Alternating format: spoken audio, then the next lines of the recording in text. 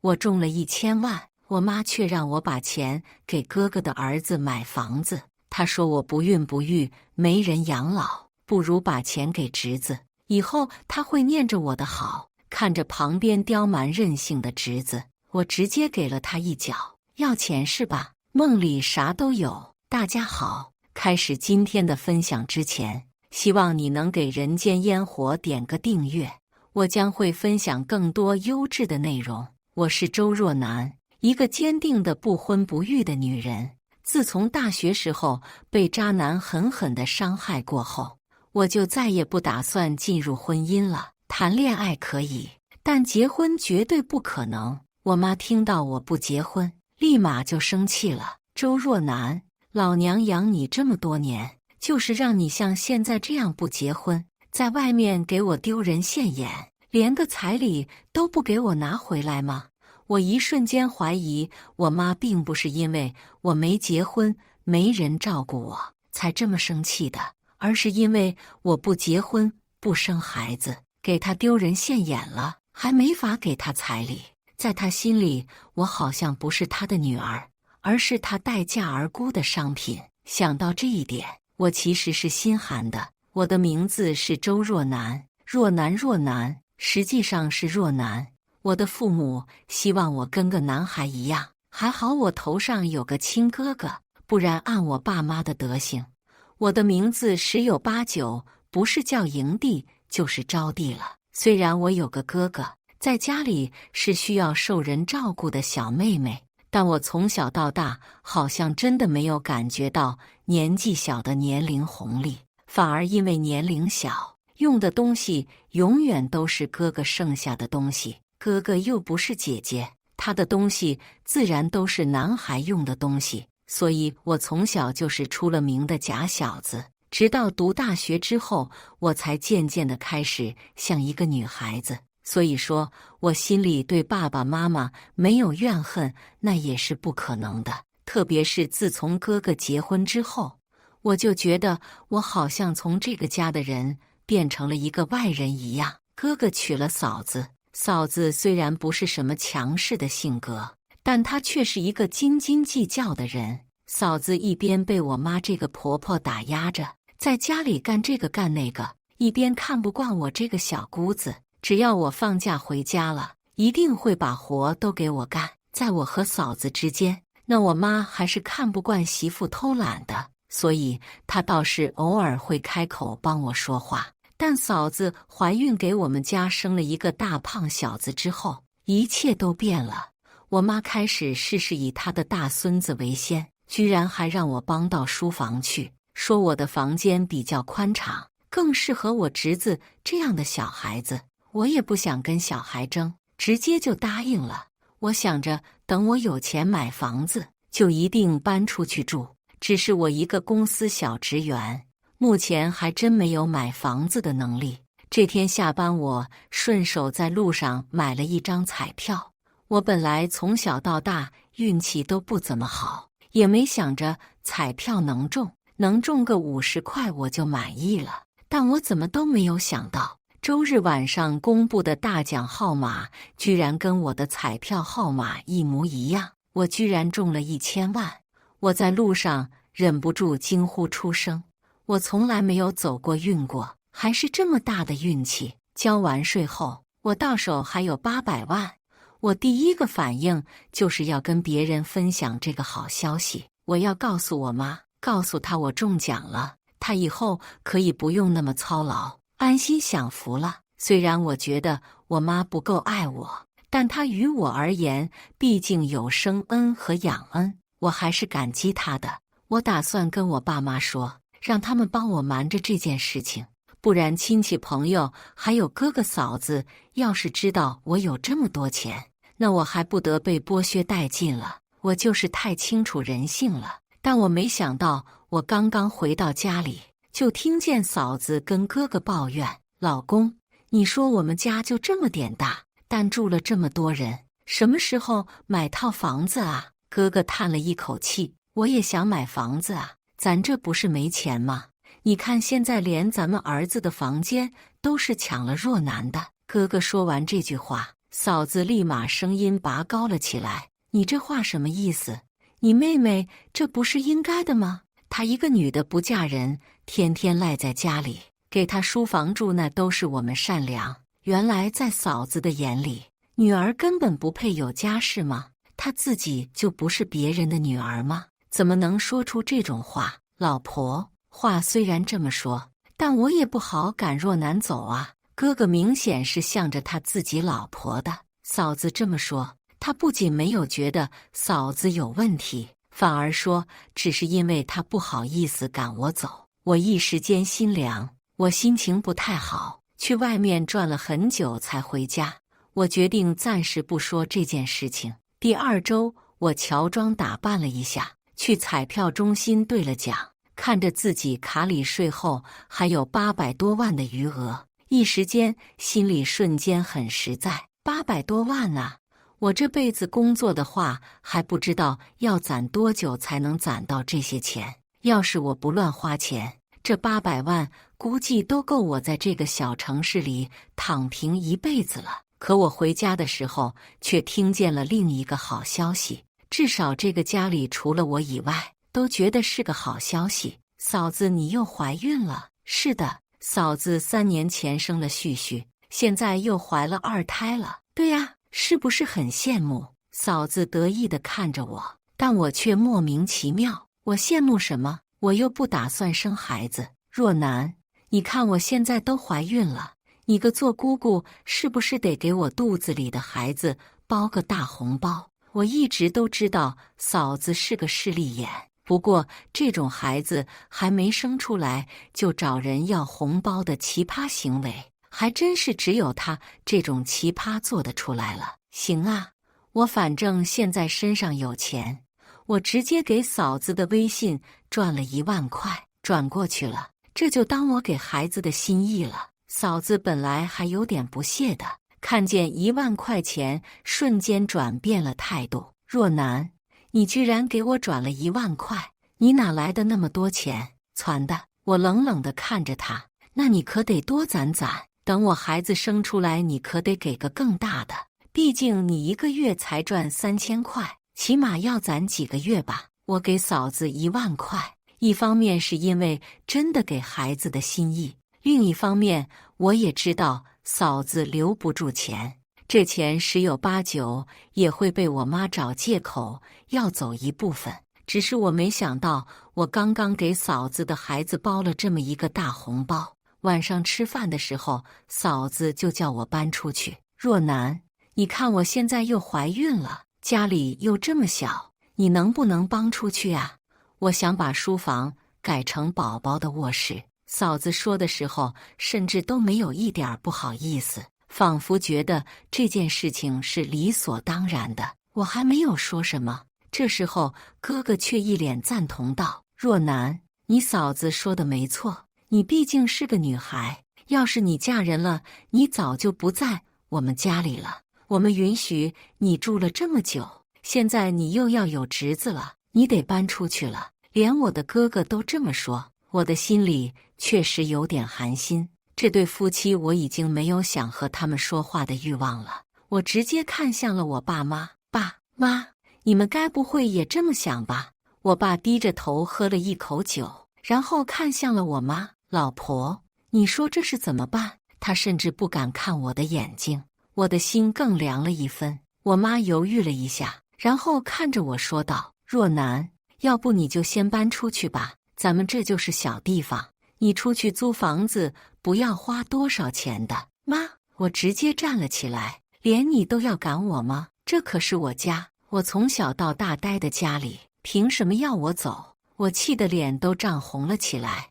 我真没想到，连我妈都帮着嫂子赶我出去，这个家我真的待不住了。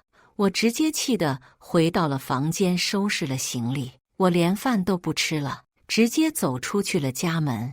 我妈看见我这副样子，还吓了一跳。我是叫你搬，那也没用，叫你现在搬啊！你这么大个人了，怎么还和你没有出生的侄子计较啊？我不是跟孩子计较，我是觉得心寒。妈，既然你和爸心里只有哥哥和他的儿子，那你们就不要认我这个女儿了。我是真的心灰意冷了。这时候，我妈却被我这句话惹怒了。周若楠，你这话是什么意思？老娘这么多年没给你饭吃，还是不给你学上了？你怎么敢这么说？狼心狗肺的东西！我妈和我吵架，我还看见旁边嫂子幸灾乐祸的表情，但我妈还在继续说，边说口水都喷出来了。如果你不认我们这个爹妈，你就还我们钱，养你起码花了50万吧。我妈知道我没有这个钱，所以故意这么说，想让我屈服。但她不知道我现在已经中了彩票了。好啊，我马上给你转。我拿出手机，直接给我妈的银行卡转了50万。我本来早就想告诉我爸妈我中彩票了，然后给他们几百万，好好孝顺他们。但现在我已经没有这种想法了。他们想用钱买断我和他们的父母感情，那我就给他们好了，转过去了。听到我这句话，妈妈打开了手机，然后看着余额，一会儿高兴，一会儿疑惑的，然后抬头不解地看我：“你哪来的这么多钱？”我轻笑了一声：“你现在收了我的钱了，你已经不是我妈了。你问那么多干什么？”我拿着行李，头也不回地离开了家里，也不管后面我妈的叫喊声。我一出家门就去了售楼部，买了一套100多平的房子。我家这边小城市，房子并不贵。我买了一套精装修可以立即住进去的房子，也就花了不到200万。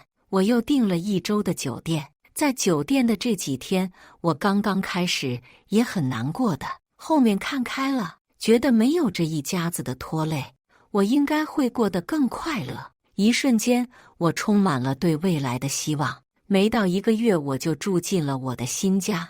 我妈不是没有给我打过电话，但我无一例外都挂了。这天她给我打了30几个夺命连环扣，我本来不想接的，但我又怕是不是她出了什么事情，我还是忍不住接了电话。有事吗？我的声音冷淡。你还敢问我有事吗？我妈的声音好像很愤怒。你中了1000万的事情，你为什么不说？我吃惊，她是怎么知道我中彩票的？这件事情我还没有跟任何说呀。没有，你在说什么？我怎么听不懂？我害怕他是不是想要诈我？你还敢骗我？他的声音更加愤怒了。我们隔壁张婶都看见你鬼鬼祟祟的穿黑衣服出门了。张婶说，那天看你一个人鬼鬼祟祟出门，就觉得奇怪。后面他儿子说，我们区有人中了1000万。他一看那照片就知道是你。周若楠，你别骗我了，照片我也看过了，那人就是你。我就说你怎么突然一下子能拿出50万，眼见瞒不下去了，我也只好承认了。对，我是中了1000万，但那又怎么样？我已经用50万买断了我们的母女之情，请你不要再骚扰我了。他因为这件事情找我，我其实心里更加心寒了。还好出了这样的事情，我和这个家断绝了关系。不过让我没想到的是，当天晚上我妈就带着嫂子来找我了。你们怎么知道我住这里的？我看着面前的2个人，冷冷地开口：“你是我女儿，我还能不知道？”我妈毫不客气地直接走了进来，四处看看装修。你这房子居然装修得这么好，花了不少钱吧？我不想跟他们废话，你们到底来找我干什么？嫂子这时候一副趾高气扬的样子看着我。你既然中了1000万，你应该给我们家一部分吧？我妈瞪了嫂子一眼，然后看着我说道：“周若楠，如果你还当我是你妈，你就拿700万出来，给你折2个买房子。先不说税后，我就拿到了800多万，而且我还花了200万买房子，身上根本没有那么钱。他们这还真是一点钱都不打算给我剩啊！”我冷哼了一声，直接坐到了沙发上。你们有点常识好吗？中了彩票是要缴税的，我买了房子交了税，还给了你50万，我现在连600万都没有，你们还想要走700万？贪得无厌也要有个度吧。他们估计没想到税的事情，算好我刚刚剩下700万，就想全部要走。我妈也坐了下来，一副勉强的样子。那你有多少就全给我们。周若楠，你还说我心里没有你？你这套房子你就自己留着，其他的钱我带走就行。你给了钱，接下来你认不认我这个妈，我也不想管了。我妈说这些的时候，仿佛是给了我什么恩赐一样，我其实心里还是难受的。在我亲妈的眼里，我的哥哥还有我的钱，通通都比我重要。见我不说话，我妈继续说道：你看你个女孩子家家的，有套房子傍身已经很好了，其他的钱给你也没用，你怎么知道我没用？我冷笑了一声，我本来可以用这些钱躺平一辈子，不用去工作，凭什么要拿去给他们买房子？你怎么那么自私啊？我妈疼的一下站了起来，你是舒服一辈子了，你哥哥一家怎么办？你2个侄子怎么办？周若楠，我从来没有想过你居然是个这么自私的孩子。我一脸莫名地看着他，我现在甚至不难过了。我气急反笑，中彩票的是我凭什么要为别人考虑？而且我给了你们50万，我算是仁至义尽了。仁至义尽？你现在有这么多钱，50万就想打发我了？今天你不给我钱，我就不走了。我妈一副赖着不走的泼妇样，她不要脸，我也不想给她脸了。我直接打电话给小区的保安，喂，是保安吗？有人扰民，你上来帮我把人赶走吧。嫂子和我妈听到我喊保安，整个人都气得不行。我可是你妈，你居然敢叫保安来把我赶走？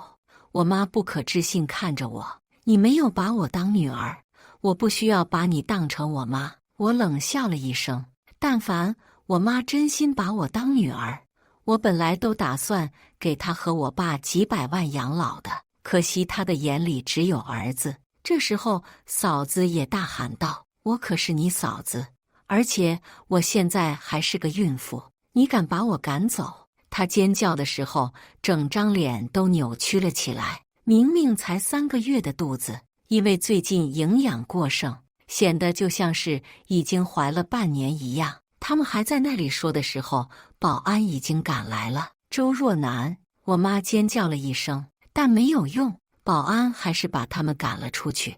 我现在无比庆幸，自己当初买的是在这个小城市里买的算是高档的房子，所以安保还可以，再加上我经常给保安送礼物，不然这次也没那么容易赶走我妈他们。之后我跟保安特地交代了，看见他们不要把他们放进来，但我还是不安心。这笔钱在这个小城市太多了，我那一家人又是贪得无厌的，不可能就这么放过我的。所以刚刚买房子的我萌生了把房子卖掉换个城市生活的念头。我找了中介，准备卖掉这个房子。不过卖房子也不是1、2天就能完成的事情。第2天我去上班的时候，却发现我妈和嫂子2个人居然也出现在了我的公司。我本来打算这个月干完我就辞职的，要是他们现在来我公司大闹一通，他们岂不是就知道了我中彩票的事情？不行，绝对不能跟他们碰上。我直接向我顶头上司请了假，大概也知道太多人知道我中彩票了，对他们也没有好处。在听到我上司说我请假了，他们也就讪讪地走了。我跟在他们的后面，听到嫂子跟我妈抱怨：妈，这个若楠怎么那么懒，中了彩票就连班都不上了。嫂子的语气酸溜溜的，一副很是嫉妒我不用上班也有那么多钱的样子。明天我们再来，除非他辞职了，不然我就不信找不到他。我妈的语气也不好，她甚至眼神怨毒。贱人，自己有了钱，一点都不想着自己的哥哥家。嫂子咬牙切齿道。我妈忍不住瞪了她一眼：我的女儿还轮不到你来骂？要骂也是我妈。我当然知道我妈并不是为了维护我，她只是不想看见嫂子太得意了。这钱就算要过来，也是我的，我会拿钱给孙子买房子，但你别打这钱的主意。我妈说完之后，嫂子的脸色一瞬间难看，但很快就恢复了常色。妈，我知道的，我都听你的。我妈和嫂子两个人的婆媳感情本来就塑料，要不是因为想要拿到我的钱，平时两个人根本就不会同进同出。我本来还在心里觉得好笑，毕竟他们两个人看着就像是有一天要为了钱闹翻的样子。但我还没高兴多久，我就听到了让我不可思议的话。我记得我给他买过一个保险。我妈若有所思了起来，要是若男出点什么事情，我是不是就不仅能拿到保险赔偿，还能拿到彩票的钱？我妈有这个想法，就连嫂子都震惊了。妈，你在说什么？你该不会想对若男做点什么吧？我的眼眶一瞬间就红了，充斥着不可置信和悲伤。我妈这话是什么意思？她为了钱，难道就连我这个女儿都能不要吗？甚至想要把我害死？大概也觉得这个想法过于离谱。嫂子这么一说，我妈立马就说道：“我就是那么一想，我警告你，回去不要胡说八道。”是，妈，我肯定不会胡说的。但这时候，我看到他们两个人脸上都露出了若有所思的表情，我心寒的不行。我实在没想到，就因为钱，可以让人觉得变得人不像人，鬼不像鬼了。我回到家的时候已经很晚了，我无力地瘫倒在了床上。我必须马上离开这个城市，远离这些人。不过我已经不伤心了，只有在乎才会伤心。我不在乎了，便不伤心了。我向公司递交了辞职申请，再在公司上班的话，我知道我妈和嫂子两个人一定会在我上班的公司闹起来的。但我没想到，就在我辞职回去的时候，在小区门口碰到了我妈和嫂子两个人。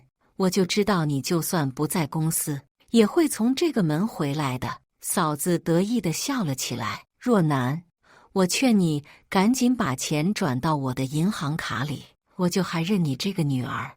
我妈死死地盯着我，仿佛我不是她的女儿，而是欠了她钱的仇人。我说了，那钱是我的，你们谁也别想拿走。我冷冷地看着他们，我想转头直接回到小区里，但这时候嫂子却拦住了我。你别想走，你给我站住！嫂子用力地拉扯我的衣服，我的手臂都被她拉得生疼。你干什么？我皱着眉头看着她，一脸嫌恶。我刚刚想把手抽出来，但我还没有用力。这时候，嫂子却突然自己摔到了地上。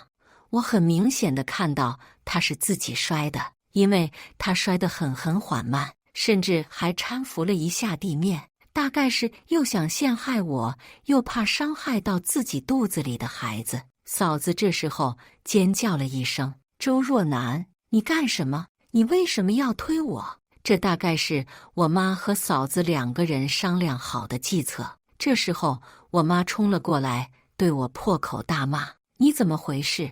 你推你嫂子干什么？等等我的孙子受伤了怎么办？”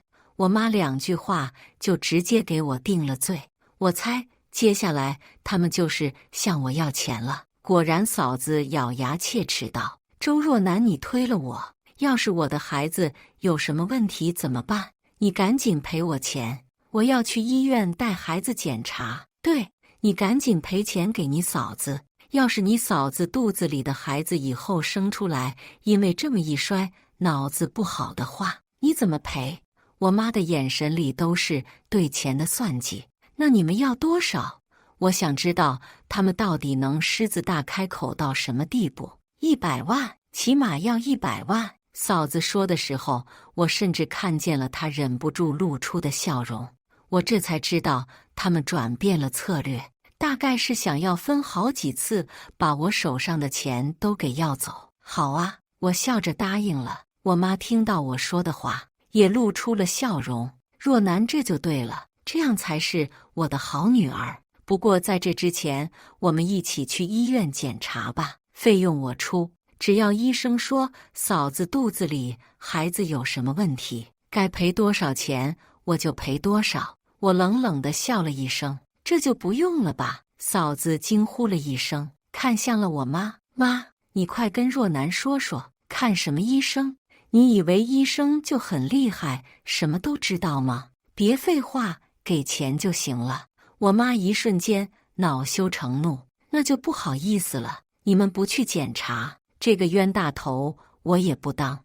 我直接转头回了小区。周若楠，你给我站住！你是不是就是不想给钱？我还想问问他们是不是就想骗钱呢？当真厚颜无耻！我完全无视了他们俩在我身后破口大骂。我有种感觉，我这样一直不给他们钱，我妈还真有可能狠下心来害我。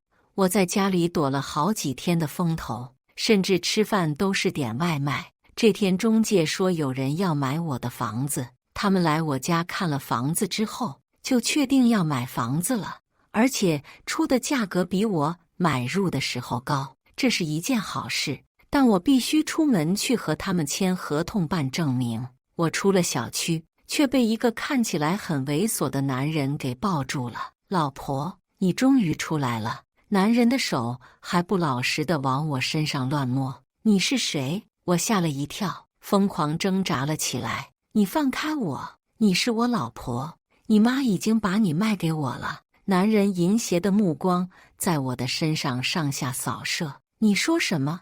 我是真没想到，我妈为了钱居然能做出这种事情。我花了30万才把你买来的，老婆，今晚你就跟我回去一起睡觉，我们明年就生大胖小子。男人的声音让我觉得恶心，我疯狂挣扎，但却没有半点办法。好在这时候保安来了。保安大哥，快救救我！保安知道我经常被人骚扰，听到我喊他就立马跑了过来。你给我放开周小姐！保安大哥一过来，男人就吓得把我放开了，但他还是一副嘴硬的样子。我花了钱，这个女人就是我的了，你一个保安管那么多干什么？我躲到了保安身后。报警！我要报警！我实在是忍受不了这种担心受怕的生活了。好，周小姐，我马上帮你报警。保安大哥刚想拿出手机，我妈就不知道从哪里跑了出来。不可以报警！周若楠，你要是心里还有我这个妈，你就别报警。我觉得这简直就是荒谬。她从来没有把我当成一个女儿一样来爱，凭什么要求我爱她？我没有你这个妈，你心里除了你自己的儿子和你的孙子，你根本没有我这个女儿。既然如此，我为什么要把你当妈妈？你们一大家子都是一群贪得无厌的小人。我冷冷地看向他，仿佛看一个陌生人一样。不知道是哪句话把他激怒了，他直接冲过来，伸手就给了我一巴掌。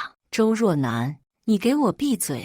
他几乎用了全力，所以我的脸被他打得直接偏了过去。要不是我生你养你，你能有今天吗？我告诉你，我是你妈，你必须听我的，马上和张强结婚。我不知道我妈怎么会对我一个不婚不育的人想出这么一个昏招，她大概是打算等我结婚了过后，就想办法拿捏我的钱。你给了钱，你就自己嫁去。反正你不是喜欢钱吗？30万买你绰绰有余了。我忍不住说出最恶毒的话，他气急了，又给了我一巴掌。周若楠，你给我闭嘴！妈，这是我最后叫你一次妈，这2巴掌把我最后欠你的也还好了，以后我们两不相欠。我不报警，但你们给我赶紧滚！大概是真怕我报警了。我妈和张强2个人最后还是离开了，但我总是惶惶不安。我觉得他们肯定不会这么轻易放过我的。我把房子卖出去了，收拾好行李，我决定1、2天就搬走。我已经托人在隔壁城市看好了房子，决定过去就把房子买了，在那边安安心心过日子。这天我已经约好了网约车，把行李搬上了司机的车上。这时候我却发现网约车的司机是我哥哥，不会这样巧吧？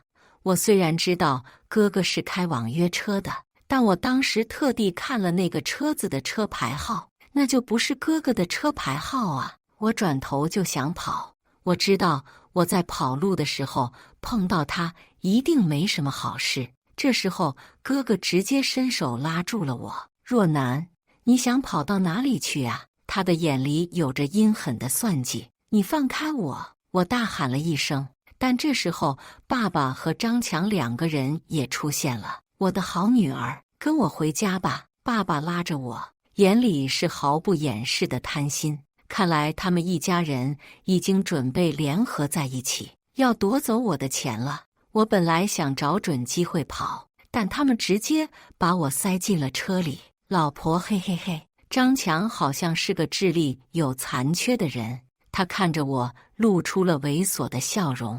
我几乎是被他们胁迫的在车上待着，又被他们压着回了家。他们把我按到了椅子上，把我绑了起来。我一时间恍惚，在我前25年的人生里，大概都不会想到自己有一天会用这种形式出现在家里吧。“你到底给不给我们转钱？”嫂子是最嚣张的，毕竟她看我不顺眼很久了。自从她嫁到我们家里之后，就一直觉得我这个小姑子这么大年纪还待在家里，碍了她的眼了。她一直找机会找我的茬。现在看我沦落成现在这种众叛亲离的样子，她比谁都要高兴。“你做梦！”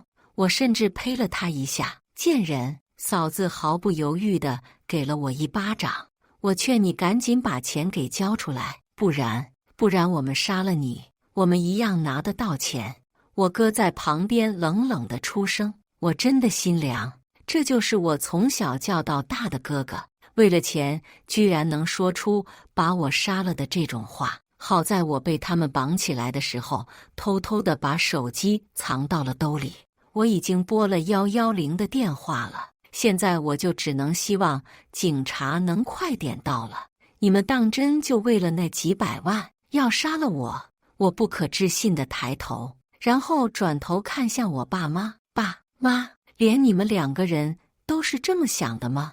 我看我爸妈眼里一瞬间闪过了心虚，但很快又坚定了起来。“你这个不孝女，要不是你死活不给我们钱，我们能这样吗？”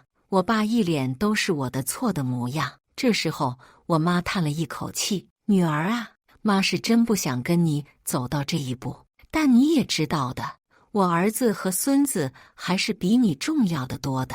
你敬酒不吃吃罚酒，我就算是你亲妈我也没办法。所以你当初为什么要生下我？”我说这句话的时候眼睛都红了。不爱我为什么要生下我？既然觉得我是多余的，那他们有哥哥一个孩子不就好了？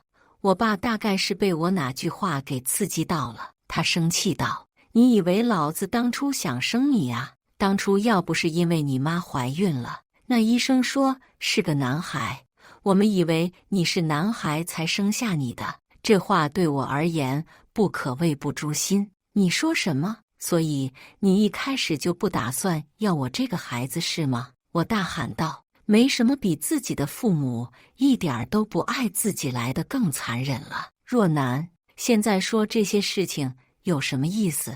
你赶紧把钱转给妈，你就还是妈的好女儿。”我妈看着我，眼里并没有任何感情。我现在在她眼里跟一个 ATM 没有任何区别。如果我不答应的话，怕是她不介意毁了我这个 ATM， 但我心里也有怨。我是绝对不可能把钱给他的，我不给，你别想了，我宁愿把钱捐给福利院，也不会给你们这歹毒的一家子。我怒吼道：“我哪怕是破罐子破摔，和他们同归于尽，我都不会把钱给他们。”这时候，哥哥拿着一瓶安眠药过来了。“那你就吃药吧，我们会对外面说你是吃安眠药自杀的。”哥哥满眼都是歹毒，还有掩饰不住的高兴。他大概觉得他终于能从我手里拿到了那笔巨款了吧。老婆，掰开他的嘴。嫂子用力地掰开了我的嘴。哥哥想要把药往我嘴里放，我一直在拼命地往外面吐，但他们使劲地捏着我的嘴，我已经没有办法往外面吐了。别动！嫂子又给了我一巴掌。好在千钧一发之际，警察破门而入了。你们在干什么？警察冲了进来，他们按住了这歹毒的一家子，还有在旁边在傻笑的张强。你居然报警了，贱人！嫂子咬牙切齿道。警察帮我把绳子剪开了，我重获自由。我大口的呼吸。这时候我爸妈也知道害怕了，他们慌张地看着我。若楠，若楠，我的乖女儿，你快去跟警察先生解释一下，不是他们想那样的，我们一家人开玩笑而已。对，开玩笑，就是开玩笑。我看你们还是好好的去警局里跟警察解释吧。我冷冷地看向他们。我去警察局做了笔录，把事情从头到尾都讲了一遍。很快我就搬离了这个城市。3个月后，我听到了判决的消息。参与这件事情的，除了嫂子和张强，通通都去坐牢了。张强有精神病，被送到了精神病医院。至于嫂子，则因为是孕妇而逃过了一劫。不过大概是太害怕了，嫂子孩子没保住流产了。法院再次判决了他的行为，他们一家子最后在牢里团圆了。而我那个小侄子，则是被送到了他的外婆家。至于我，则是换了一个城市生活。我拿着我可以躺平一辈子的钱，远离了那些纷纷扰扰。以上就是今天分享的故事，大家有什么想说的、想吐槽的，欢迎在下方评论交流。也更希望能给人间烟火点个订阅，我将会分享更多优质的故事内容。